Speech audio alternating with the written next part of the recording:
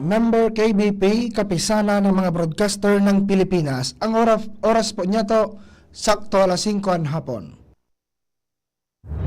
Alas 5 ng hapon, oras na para aramon ang mga maiinit na bareta kanaldaw na maruluan sa aga sa mga periodiko, radyo asing telebisyon, erot na madadangog ngunyan sa DZGB. Bareta alas 5, mga bareta ngunyan para sa aga, erot na tinipon sa DZGB Newsbase. DZGB, Bareta alas 5, kaiba ang field reports kan Vega Force Patrol, halin sa iba-ibang parte kanalbay, asing kabikolan. Ngunyan, uya ang sa ibong tagapagbareta.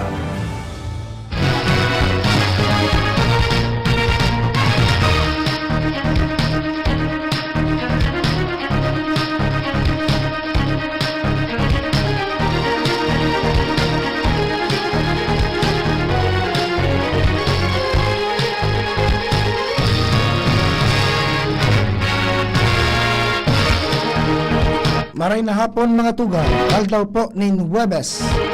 Ini po ang Bareta alas 5. Detalyes kan mga bareta sa lado nasyonal.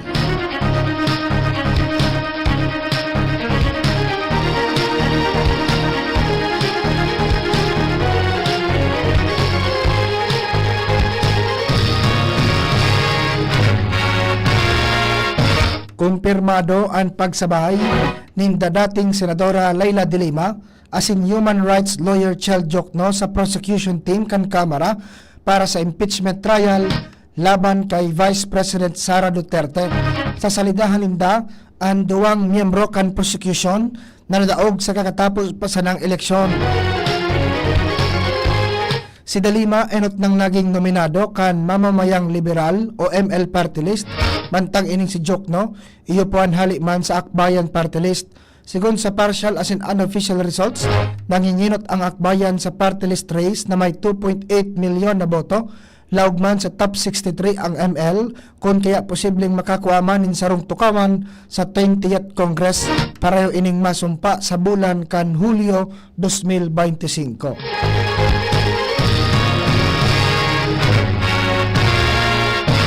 Mientras tanto, may bareta po sa lado lokal.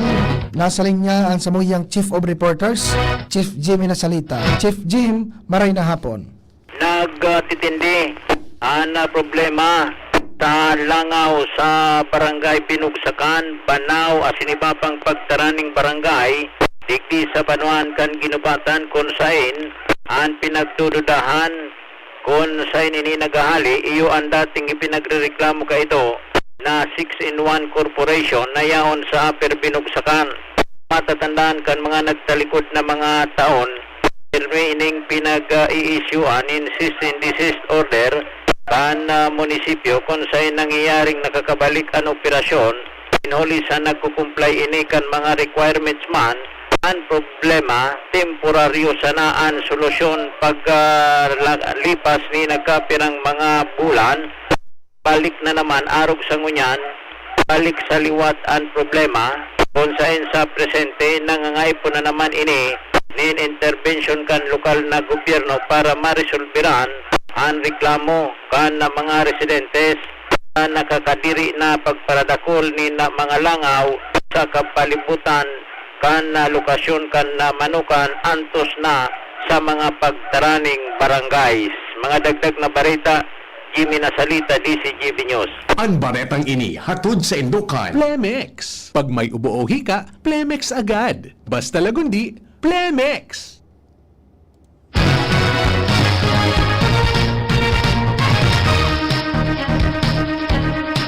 Bareta po sa lado nasyonal.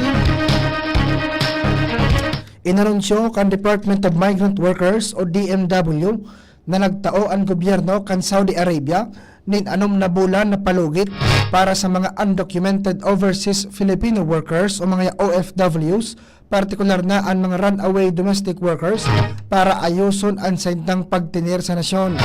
Sigun kay DMW Undersecretary for Middle East and African Affairs, Jainal Rasul Jr., inanunsyo kan Ministry of Human Resources and Social Development kan Saudi ang pigapod na correction period para sa mga obrero na may kasong hurub uan mga ipig report na nakadulag sa sindang employer. Ang gustong sabihin, pigtawan sinda kan Saudi nin pagkakataon sagkod Nobyembre 10 para makahanap ning bagong amo na mataw sa indanin ikama o kaya bagong work permit. Ipiniliwanag ni Rasul na sa ilalim kan grace period makakahanap ang mga OFW ning bagong employer na dahil pigpatawan ning multa sa imigrasyon.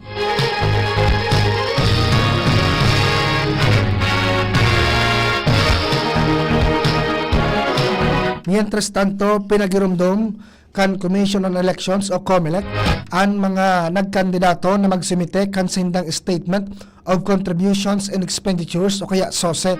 Sigun kay COMELEC Chairman George Garcia, nagabos na mga kandidato ng ganaman o dai dapat magsumitir kan sindang SOSE sagkod sa Hunyo 11. Anday makapagsumite kan SOSE sa ipigtalaan na panahon dahil makakatukaw sa pwesto sa iyang opisina. Sa nasabi ng SOSE, mahihiling ang kabilugan na gastos kan kandidato sa pangangampanya, siring man ang gabos na mga kontribusyon asin donasyon kay ning naresibi. Gabos na mga dokumento dapat ipanotaryo asin ahan pamimeke pwedeng makasuhan nin perjury.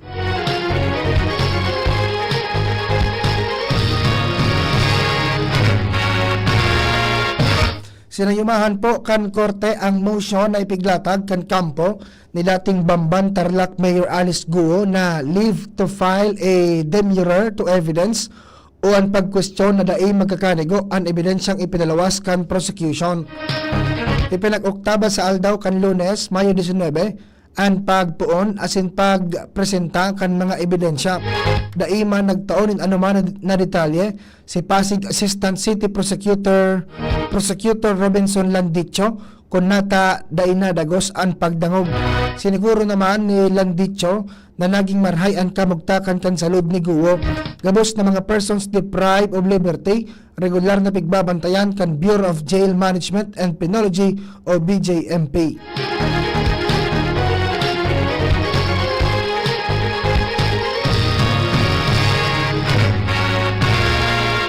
Nagpuuna ang pagsumitir nin Statement of Contributions and Expenditures o kaya SOSE para sa gabos na kandidato, partido politikal asin party list, maski ng gana o kaya nadaog.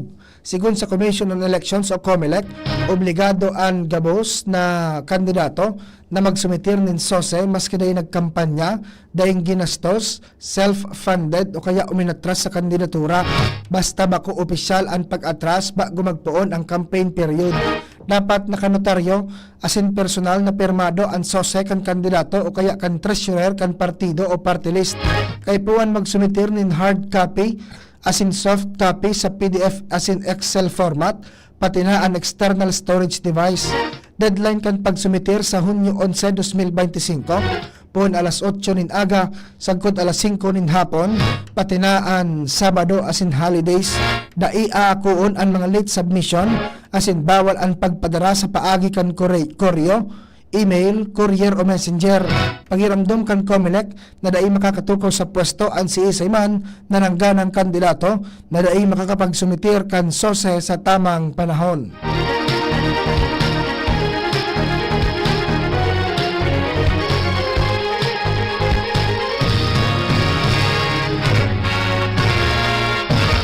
Mientras tanto, mga tugang sa ibaba po niya itong barata, pag-aadalan kan gobyerno, ang rekomendasyon na isabay ang mga pribadong lunadan sa PUV insurance system dahil naman sa sunod-sunod na mga aksidente sa tinampo na guminadanin dakol na buhay.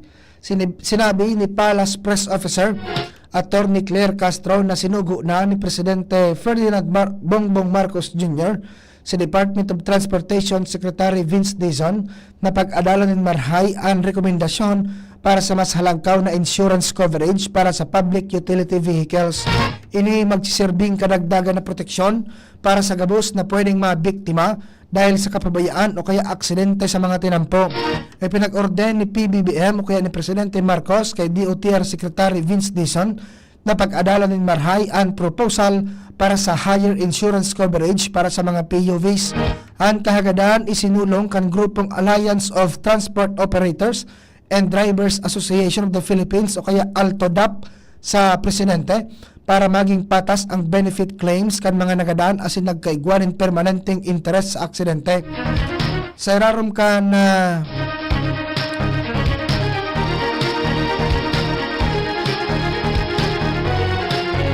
sinabi po kan Altudap na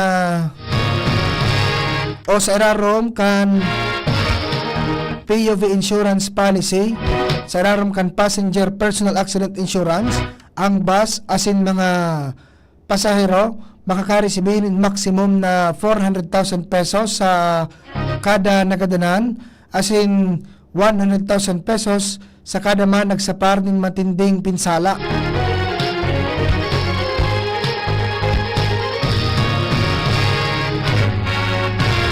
Mientras tanto, mga tugang may sagkod 20 aldaw na sana ang mga tagsadiri kan motorsiklo na magbalyo ning rehistro sa bagong tagsadiri base sa inamyendaran na Motorcycle Crime Prevention Act na pinirmahan ni dating ni Presidente Ferdinand Marcos Jr. Kaibaan sa inamyendahan ang pagbawas sa multa sa nagkapirang pagsuway na may kamabuta na mapakusog ang pagsunod mantang pigsusulong ang responsableng motorcycle ownership, binaguman ang padusa asin multa sa dealer original na tagsadiri o ang bagong tagsadiri pag nagpalyar sindang magsunod sa bagong lay. Gikan sa padusang pagkakulong asin multang 20,000 pesos sagkod 50,000 pesos o ang parehong padusa sa bagong lay, gilibo na sa naining multa na day masobra sa 5,000 pesos asin day man kukumpiskaron ang motorsiklo dahil sa nasa day nakasunod sa regulasyon. Pigobligar kan bagong lay ang motorcycle dealers na i-report ang gabos na nabawi na lunadan sa LTO asin masumitir ning taunan na status report na nasa sa indang kustudiya. Pigmanduan man kan bagong lay ang gabos na tagsadiri ng motorsiklo na magkaigwanin mas dakula, mas madaling mabasa asin color-coded na plate number. Ang mga rider na daing plaka ang motorsiklo papagmultaw na sana nin 5,000 pesos gikan sa dating 50,000 pesos asi sagkod 100,000 pesos o pagkakapreso.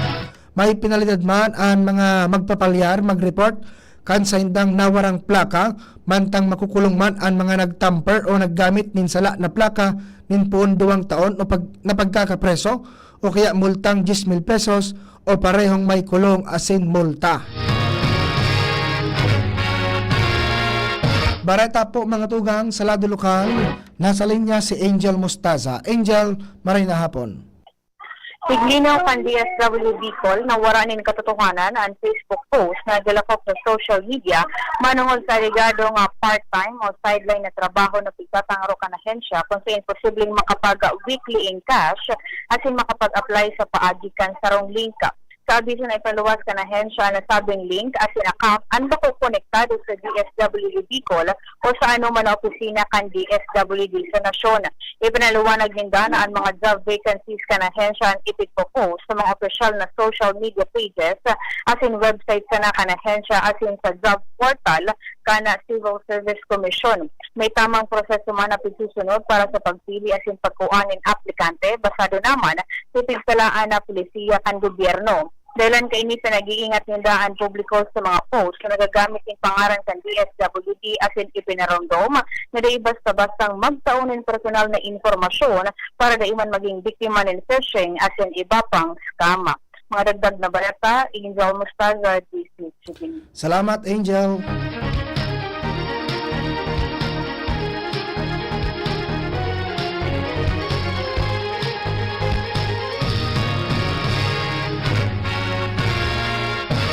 Haros dain na daw po nindilensya ang mga paratinda ng karning urig sa mga saudan dahil sa halangkaw na presyo kan karning urig.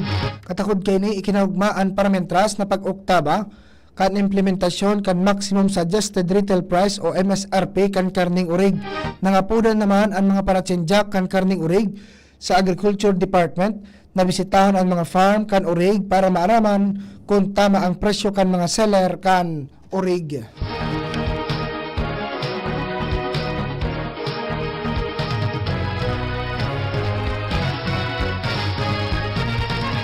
Maski nangganang mayor kan Davao City sa May 12 elections, si dating Presidente Rodrigo Duterte, Dai pa man giraray mapupunas ang kaso kaining crimes against humanity sa International Criminal Court o kaya ICC.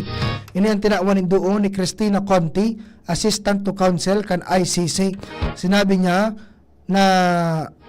niyang napatunayan ni Duterte naigwang political dynasty ang sindang pamilya sa Davao City.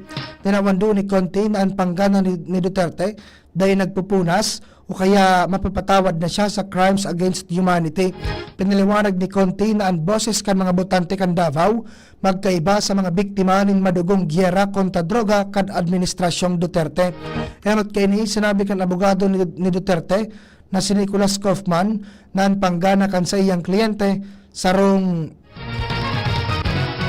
indikasyon na kaipuan siyang pabalikon sa Pilipinas para makapagserbi sa iyang nasasakupan sa syudad kan Davao. Sa iba pa pong bareta, daing nahihiling na magiging problema ang palasyo sa implementasyon kan 20 pesos per kilo na bagas sa mga lugar na bako kaalyado kan administrasyon ang nanggana sa natatapos pa sa ng eleksyon. Tinawanin doon ni Palace Press Officer Claire Castro na ang serbisyo kan gobyerno iyon para sa namamanuaan si Isayman ang nakatukaw na opisyal. Naglalaom ang Malacanang na maging bukas ang kabos sa pagsulong kan programa kan gobyerno para sa mga kababayan. Magigirumduman na sa Cebu enot na ipinotob ang pagpabakal ng baratong bagas dahil suportado kan lokal na gobyerno duman. Katakod kini inanunsyo ni Castro na nagpuo naman ang pagpabakal ng 20 pesos na bagas sa Metro Manila sa paagi kan mga kadiwa centers.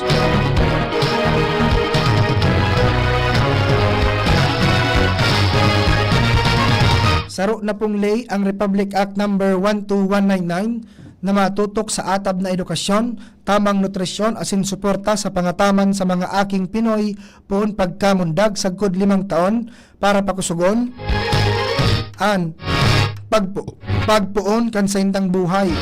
Kamautan kan Early Child Care and Development System Act na bantayan asin isulong ang diretso kan mga aki sa pangkagabsan, pagdakula asin pangataman sa mga ini. Ang lay saro sa mga prioridad na lay na pigrekomendar kan Congressional Commission on Education o kaya EDCOM2 para mapakaray ang educational system sa nasyon asin nagmimidbid sa diretso kan lambang aki sa pangkagabsan na pangataman para mapakusog ang sistema kan edukasyon sa nasyon. Sa irarumpok ang bagong lay, sinugo kan ECCD Council na pangatamanat ang mga aki na 5 anyos pababa, susog sa Enhanced Basic Education Act of 2023. Kaibahan sa kamawatan kan lay, iyan mabawasan ang numero kan mga nagagada na aki asin maihanda ang mga ini sa formal na pag-aadal asin magmukna nin atab na intervention system para sa may espesyal na pangangaipo. Makakatuwang kan ECCD ang mga lokal na gobyerno para matabangan ang mga aki sa kanya-kanya nindang nasasakupan.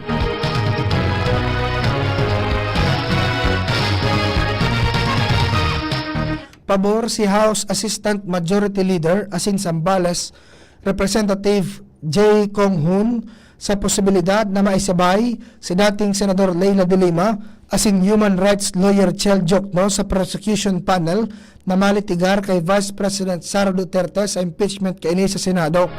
Sigon kay Kong Hoon, dahil kan mga prosecutors na dain na makakapagpadago sa 20th Congress, welcome sa saindaan posibilidad na maisabay ang mga bagong miyembro araw kay dating Senador Leila de Lima asin Attorney Jokno sa prosecution panel sigon kay Kong Hoon. Si de Lima matukaw sa 20th Congress bilang representante kan mamamayang liberal party list mantang si Jokno iyong man po ang first nominee kan Akbayan party list na nanginginot sa party list elections. Kan Pebrero isinumitir kan Kamara ang impeachment complaint laban kay Duterte may kinaraman sa maanomalya na paggamit kini sa 612.5 million na confidential funds asin pagpatakot kini sa buhay ng the Presidente Ferdinand Marcos Jr. asin First Lady Lisa Araneta Marcos asin House Speaker Ferdinand Martin Romualdez.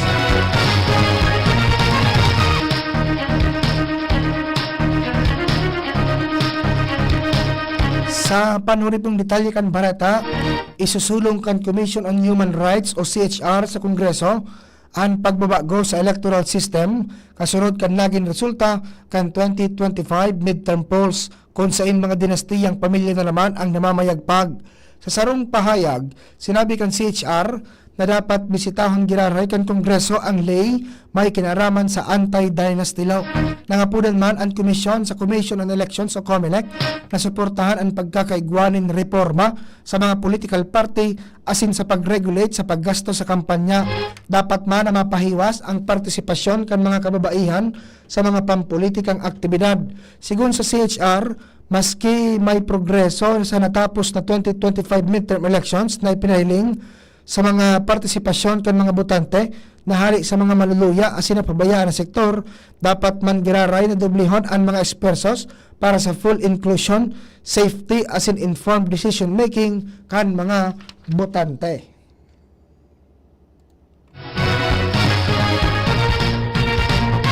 Yan po mga tugang ang detalyes kan mga baratang hunyan para sa aga. Mga barata pong maralawa sa mga dyaryo nasyonal.